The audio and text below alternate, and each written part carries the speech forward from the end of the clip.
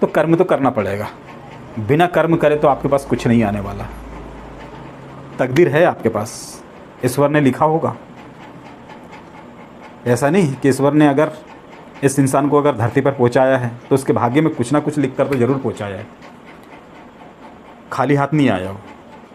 लेकिन जब यहाँ धरती पे आया है ना अपनी तकदीर लेकर, अपने भाग्य लेकर, तो साथ में उसको ईश्वर ने उसके लिए काम भी बना दिया, कर्म बना दिया।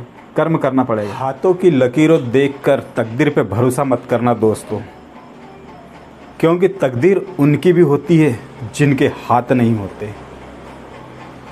हर काम अगर तकदीर से होने लग जाए तो कर्म करने की क्या ज़रूरत।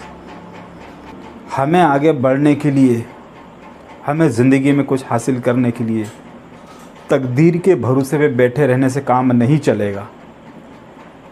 क्यों? अगर तकदीर ही सब कुछ करने लग जाए, तकदीर से ही सब कुछ होने लग जाए, तो कर्म करने की तो आवश्यकता ही खत्म। दोस्तों, तकदीर के साथ साथ कर्म करना बहुत अति आवश्यकता है। तकदीर एक हमारा भाग्य है और भाग्य ईश्वर ने लिख कर रखा है। कर्म नहीं करेंगे तो भाग्य हमारे साथ नहीं देगा। कर्म करना भी बहुत ज़रूरी है। तो दोस्तों, कहते हैं ना लोग कि जो तकदीर के भरोसे बैठा रहता है वो ज़िंदगी भर तकदीर को कोसते रहता है। जो तकदीर के भरोसे बैठे रहता है वो ज़िंदगी भर तकदीर कोसते रहता है।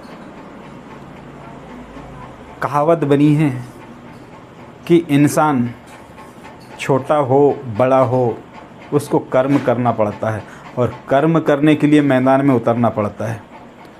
हो सकता है कि सामने वाला कितना ही भारी हो, उसकी एक छोटी सी भूल आपको जीत दिलवा दे और आप तकदीर को कोसना बंद कर देंगे और अपनी मेहनत पे, अपनी काबिलियत पे जीना चालू कर देंगे।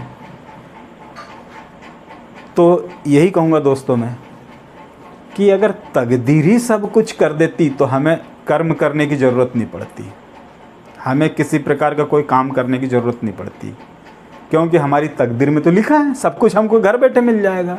हमको जाने की क्या आवश्यकता थी। तो दोस्तों,